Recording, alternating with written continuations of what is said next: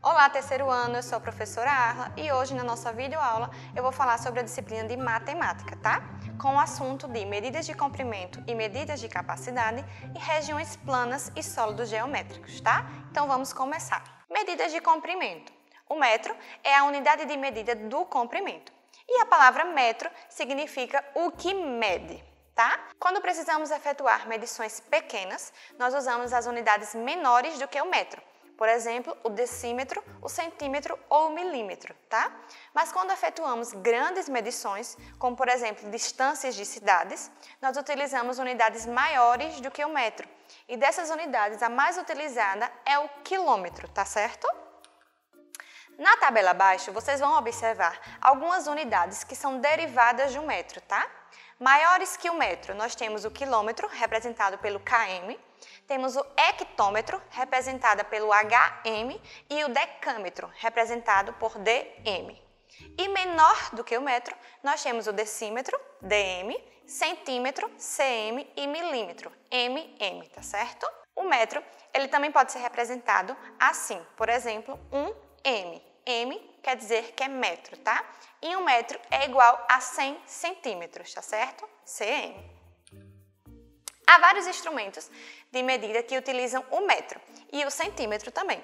E observe alguns deles. Nós podemos medir através do metro articulado, da fita métrica, da régua e também da trena, tá? Medidas de capacidade.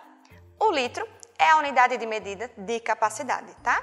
Para medirmos líquidos como água, leite, gasolina, óleo, álcool e etc., nós utilizamos o litro como unidade de medida. Representamos o litro pela letra L, tá? E o litro é a medida de capacidade para representar os líquidos. Para medir quantidades menores e maiores, maior que o litro, nós utilizamos o quilolitro, representado por KL, tá? Que é 1000 vezes maior que o litro. Menor que o litro, nós utilizamos o mililitro, que é representado por ml, 1000 vezes menor do que um litro, tá certo? Agora, a Tia vai falar para vocês sobre as regiões planas e os sólidos geométricos, tá? Quando ligamos dois pontos por meio de uma linha reta, chamamos essa linha de segmento de reta. Por exemplo, o ponto A ao ponto B está ligado através de uma reta, e essa reta é chamada de segmento de reta. Representamos um segmento de reta escrevendo um tracinho em cima dos seus pontos, por exemplo, AB e um tracinho em cima, tá? Observe essas figuras abaixo. As figuras que você observou são chamadas de polígonos, e os polígonos são as regiões formadas por segmentos de reta. Então, toda região que é formada por um segmento de reta ligado de um ponto a outro é chamado de polígono, tá? Cada segmento de reta que forma um polígono, ele é chamado de lado. De acordo com a quantidade de lados, os polígonos recebem um nome especial. Como vocês podem observar, nós temos alguns de 3 lados e de 4 lados, tá? Lado é cada parte ligado por um segmento de reta. Os polígonos de 3 lados são chamados de triângulos, os de 4 lados são chamados de quadriláteros, os de 5 lados de pentágonos, de 6 lados hexágonos, 8 lados octógonos e 10 lados são chamados de decágonos, tá? Alguns polígonos recebem nomes especiais, como por exemplo o quadrado, que possui 4 lados, o retângulo e o losango, tá certo?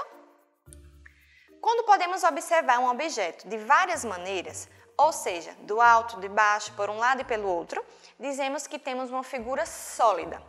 Veja, um dado, um chapéu de palhaço, uma bola, uma caixa de sapato e uma lata.